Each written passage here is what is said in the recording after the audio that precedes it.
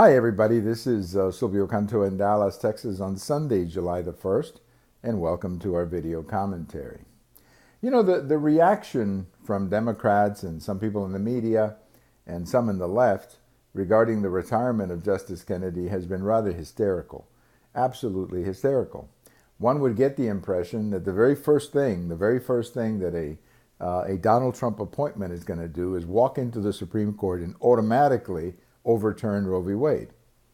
It doesn't work that way. That's not how it works. First of all, these cases have to go to the Supreme Court, and the judges then look at the cases and the facts and apply the law as they see fit. So it's not going to be one of those things where we're going to walk right in and say, okay, we got 5 votes right now, let's overturn Roe v. Wade. That's not what's going to happen. Now, even in the event that Roe v. Wade was overturned, and I said I think that's highly unlikely, I think what you would see is abortion would then go to the states, and different states would write different opinions or different laws about abortion. Some states would be more tolerant, other states would be less tolerant. I think most states will be somewhere in the middle. Well, they will allow abortion. In other words, they'll allow a woman to have an abortion, but they'll put some restrictions like 12 weeks or 20 weeks, or they'll do something to make sure that some of the clinics are up to date as far as medical services and all of that. So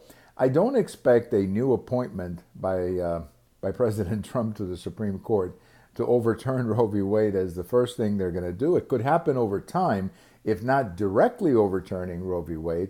But I think what you may see is some cases in the future where there are restrictions imposed on abortion, and it could be very well different states having different restrictions. So that's what I think is more likely to happen. And all of these fears that the next appointment to the Supreme Court is going to walk right in and overturn Roe v. Wade, I think is highly hysterical and not very realistic. But again, in the event that Roe v. Wade was overturned, let's say it was, it simply goes back to the states, and the people will then have a say on what happens with abortion. And frankly, that's not a bad idea.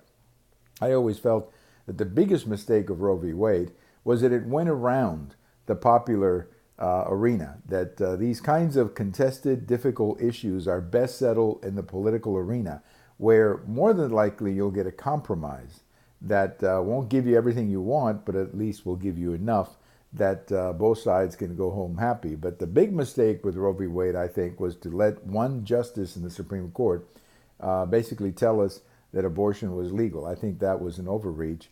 And one of the reasons we're so divided on abortion, I think, is because of that reason. You don't see other countries that divided on abortion. And I think one of the reasons is that in most countries, abortion has been arrived at through the popular process, that is, through voting for abortion, like we just saw in Ireland. But when you have that kind of a process, you also allow some restrictions, some common sense restrictions, like 12 weeks or 20 weeks, whatever it may be.